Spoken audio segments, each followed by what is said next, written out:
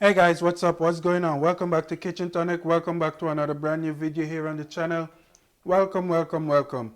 In this video here, we're going to be making a Caribbean classic, guys, and that is roti with curry chicken, or roti with chicken curry, or chicken curry with roti, curry chicken with roti. However you want to put that, we're going to be making it in this video here today. Now, whether you already know how to make this or you just enjoy watching people cook, stay tuned because you're in for a real authentic, real tasty recipe here today. To begin, we're going to begin with our prepping our roti here because the roti does need to sit, and in order for the baking powder and everything to work and to take its course. So I've also already seasoned up my chicken here that I've had sitting in the fridge for about 24 hours right now, which is totally not necessary, but I went ahead and seasoned that chicken up last night. And then of course I went to sleep and I went to work, and then I came back home from work, took a shower and all that good stuff, and now here we are making this recipe here, or this dish here, because this is going to be a complete meal that we're making here today. So without further talking, without further delay, let's jump right into making this roti here. So what you're looking at on your screen there is 4 cups of all-purpose flour. What I'm going to go ahead and add in there is going to be half a teaspoon of baking powder. And I'm going to be using my hands to mix this up, of course. So if you have a hand fetish or if you have a hand disgust, that's your problem. Moving on with our recipe or our meal here today, I'm going to be adding roughly about 2 cups of water, give or take. Of course, it's easier to add than remove, so take your time while you're adding. So yeah, with that said, we're just going to be making this roti here. We're going to go ahead and add our water into the flour here. Like I said, about 2 cups of water that we're going to be adding here in order to make this dough nice and soft, just the way that we want it. And the water does not need to be any particular temperature, but I am using cold water right now, just in case you are wondering.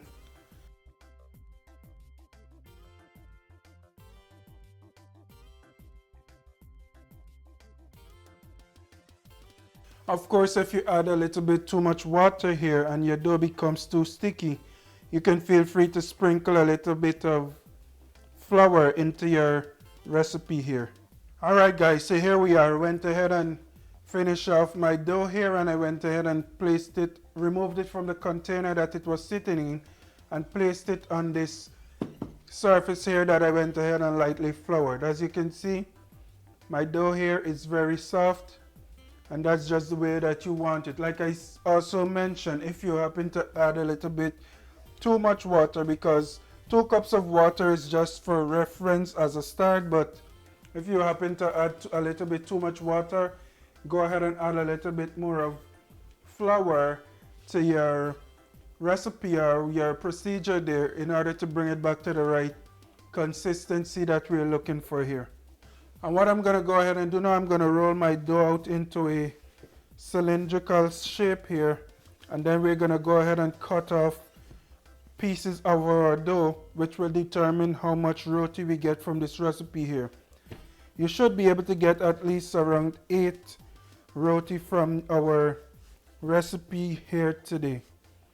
So I'm going to go ahead and do that. You just go ahead and roll your dough out and then cut into about 8 equal parts. Alright guys, so here we are. After you have your 8 pieces of roti here, what we're going to go ahead and do now, you're going to go ahead and flatten each piece out just like I'm demonstrating here. You can also use your rolling pin for this, but it does not have to be any kind of symmetrical shape or anything like that, because we're not going to be making the actual roti right now. We're just going to be oiling our roti, as this is oil roti, and this is going to get it nice and soft and just the way that you want it.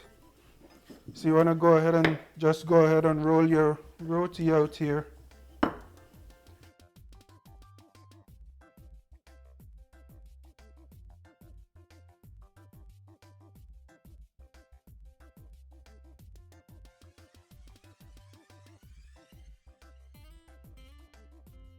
Alright guys, just go ahead and roll your roti out just like that.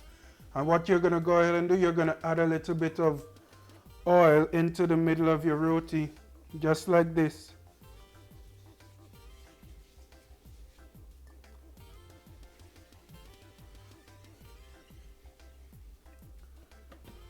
And then you're going to go ahead and give your roti a nice stir.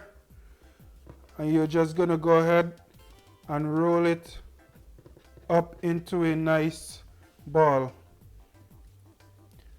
Don't worry, don't watch my technique too much. I'm not a professional roti maker or anything, but as long as the end result is good, then that's just what we're looking for. Okay guys, so go ahead and make your roti just like that, and that's what's going to give it all the nice layers and everything that it needs to get.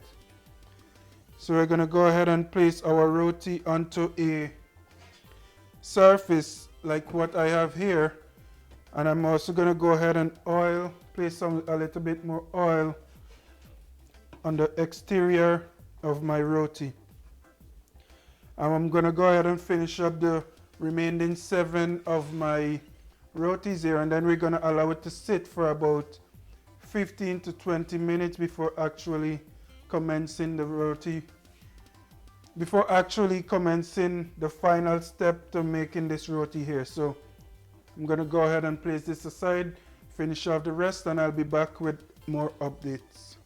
Alright guys, so here we are. We're over to my stove here, and while my rotis are being set aside for right now, we're going to go ahead and begin making this curry. So what you're looking at here is a pot on my stove filled with some oil, and what I'm going to go ahead and do now, I'm going to go ahead and add some real whole cumin seeds into my pot here, and this is half a teaspoon of cumin seeds. What I'm going to go ahead and do now, I'm going to go ahead and roast those a little, and then we're going to continue adding more ingredients here as this recipe progresses. After about a minute of roasting your cumin seeds there, I'm going to go ahead and add about a couple pieces of onions into my pot here. To this recipe here, I'm also going to add a tablespoon of minced garlic into my pot there. Alright guys, and after about a minute or so of adding your garlic into your pot there, I'm going to go ahead and add about 2 tablespoons of my curry powder here, and the kind of curry powder I'm using is my Indie curry powder.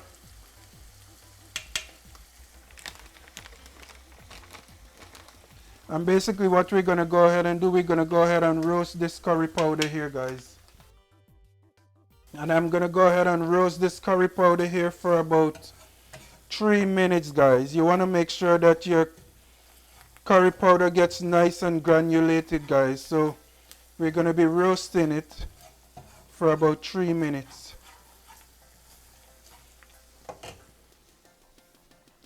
I'm also going to go ahead now and add up my 1 tablespoon of brown cumin powder, and then we're going to go ahead and just let everything roast on up in this pot here. And like I said, this is going to be roasting for about 3 to 5 minutes. You want to get your curry nice and dark, and it starts to look very grainy or granulated.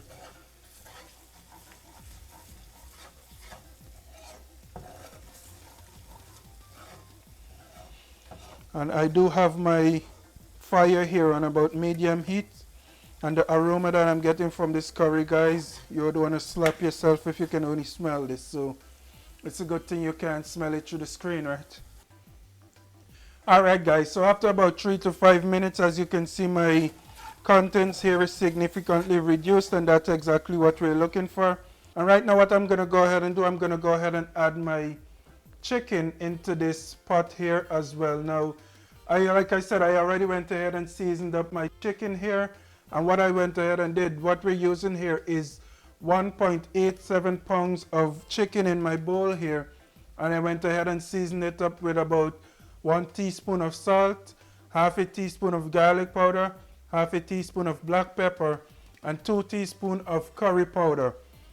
And I then had my chicken here marinating for quite a while, which is not necessary, but that's just how I did it. So yeah, you got all that's needed for marination is about 30 minutes to an hour, because chicken is not a game meat, so you don't really need to marinate for too long. But given my current circumstance, I had this chicken here marinating for a while.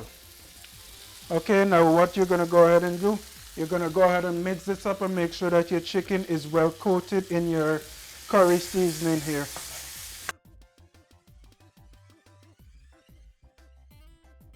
Alright guys, and after you've already finished stirring up your curry or your pot here, we're not gonna add any liquid to this pot as yet. We're just gonna cover that down, and we're gonna allow my chicken to spring its natural water and its natural juices, and then we're gonna come back and add our water and potato and things like that. So we're gonna go ahead and let this pot here go for about another 3 to 5 minutes, and then I'll be back. Alright guys, so it's been 5 minutes so far into our cook time, and let's see what's going on in this pot here guys. The aroma is to die for. So what we're gonna go ahead and do now, I'm just gonna go ahead and give this a stir.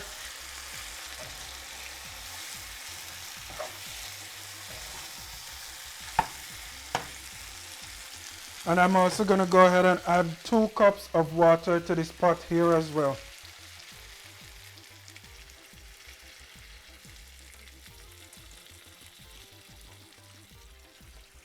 And I'm only adding 2 cups of water because I am adding some potatoes to this recipe here as well. But if you guys are just adding the chicken, you can add about 1 to 1.5 cups of water. And what I'm adding here is 3 large potatoes to my pot, so that's why I'm adding a little bit more water, because by adding the potatoes, it will help my gravy here to thicken up a lot more. So you want to make sure that you have enough water in the pot there to allow for the thickening up of this recipe here today. Now what I'm going to go ahead and do now, I'm going to go ahead and cover my pot back down and allow this meal here, this curry here, to finish off its cooking process. But before I do that, I am going to drop this big hot pepper right in the middle there. And now we're going to cover this back down and allow that to finish off its cooking. And while that's happening, we're going to jump back over to our roti, where we're going to be finishing off this roti so that everything can be done just on time and together. Okay, so I'm going to shift this pot here over to my other burner on my stove here, and then we're going to finish off our roti. Alright guys, so here we are back over to my rotis. Now I have these rotis covered here with this saran wrap, and I've had it sitting while we worked on my curry chicken like you saw there. So what I'm going to go ahead and do now, we're just going to remove one of our roti just like so, and I do have a bowl with some flour in there. We're going to go ahead and drop that in there just like that, and then we're then going to flour our work surface here a little,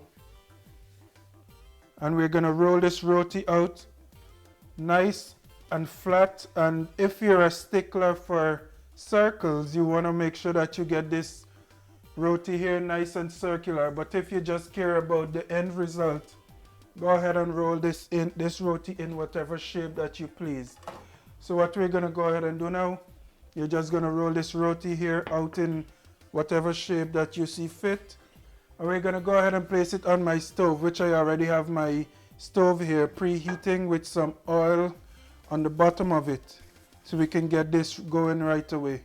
Alright guys, so just go ahead and roll your roti out just like you did earlier, but this time you may want to make sure that your roti is a little more circular just for presentation purposes. But if you don't care about that too much, you don't have to stress it too much. You also want to get it as flat as you could get it. You also want to make sure that it's going to be the correct size for whatever tawa or whatever pan you're going to be using to cook this roti here in. Now what we're going to go ahead and do, we're going to go ahead and move on over to my stove or my pan there, where we're going to go ahead and begin frying up or finishing off this roti here.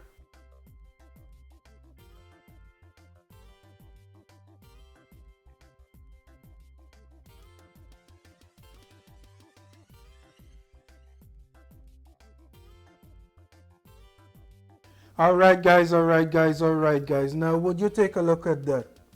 Look at all the goodness in this bowl guys. Look at that. Of course my roti here and my curry. A whole complete meal guys. Now if you're gonna attempt to try this curry here, I did, fair disclosure, I did add 1 more tablespoon of curry powder to my recipe there, as well as salt for taste. Now of course you want to add salt based on your taste or your liking. And with that said, thank you guys for watching. I have my work cut out here for me, as you can see, and I'll see you guys another day, another time with another brand new video. Dig in guys.